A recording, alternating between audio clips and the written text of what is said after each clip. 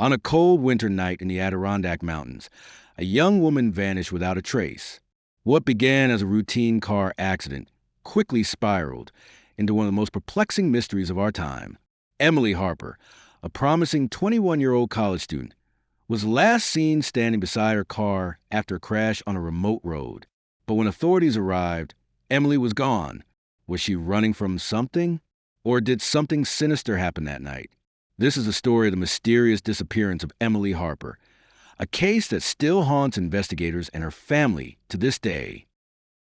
On a cold February evening in 2004, a blue Toyota Corolla swerved off a remote stretch of road in the Adirondack Mountains in New York.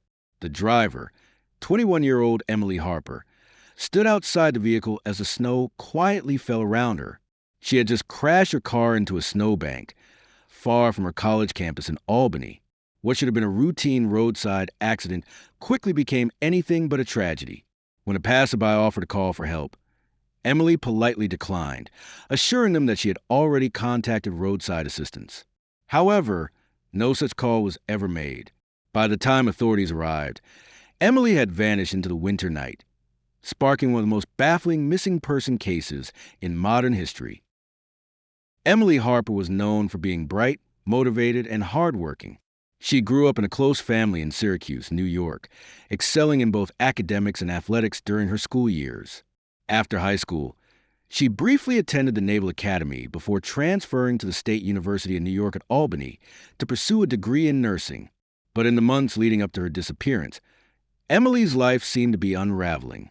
She was grappling with personal issues, troubles in her long-distance relationship with her boyfriend, difficulties balancing school, and a recent accident involving her father's car.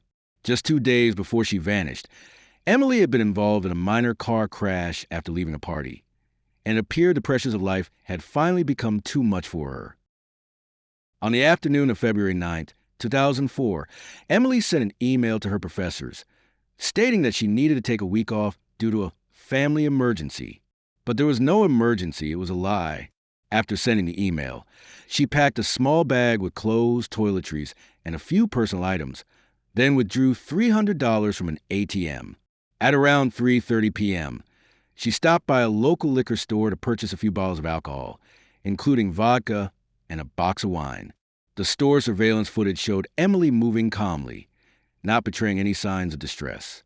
Afterward, she got into her car and began driving north, away from campus, without telling anyone where she was headed. Several hours later, just before 7 p.m., Emily lost control of her car on Deerfield Road in Saranac Lake, New York. Her car slid off the road and into a snowbank, leaving her stranded on the side of the highway. The area was isolated and dark, with only a few houses scattered nearby. A local resident, a school bus driver named Tom Atkins, spotted her standing by the car and stopped to check if she was okay. Though shaken, Emily told Tom she was fine and that help was already on the way. She declined his offer to call the police, insisting she had the situation under control. Suspicious but unable to convince her otherwise, Tom returned to his house a short distance away and called the authorities himself. Police arrived at the scene within 10 minutes, but by then, Emily had disappeared.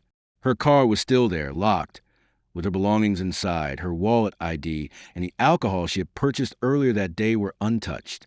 The only items missing were her phone and a small backpack she had packed before leaving her dorm room.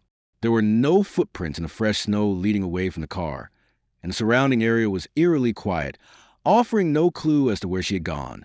It seemed as though Emily had simply vanished into thin air.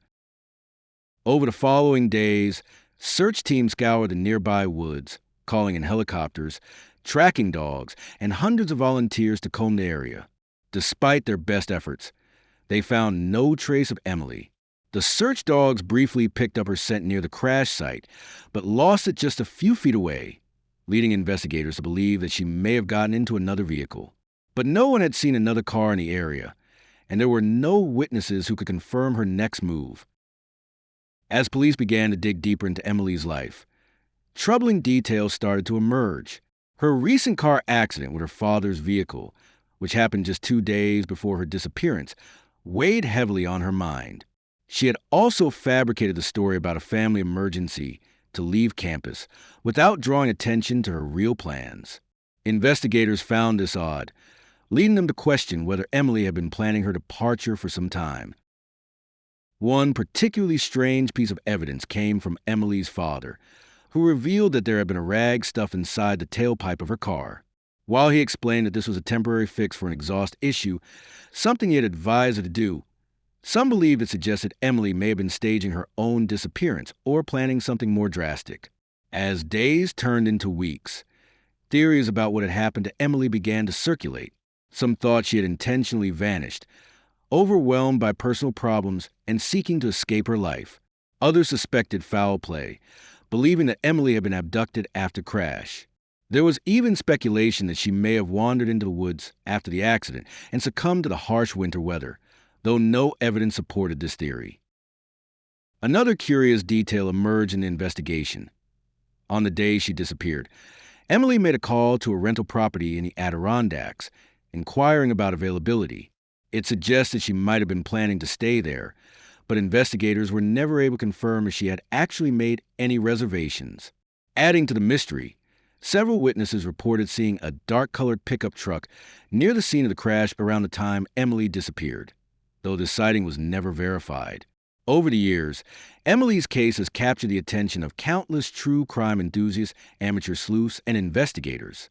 In 2019, a tip led authorities to search a nearby property, where human remains were found. However, forensic testing revealed that the remains were not Emily's, once again leaving her family and those following the case with no answers. Emily's family, especially her father, never stopped searching for the truth. He has been vocal in his criticism of the police investigation, believing that crucial leads were overlooked in the early days of the case. Fred Harper remains convinced that foul play was involved and continues to push for more resources to be dedicated to solving his daughter's disappearance. As the years go by, the disappearance of Emily Harper remains one of the most perplexing mysteries in modern true crime.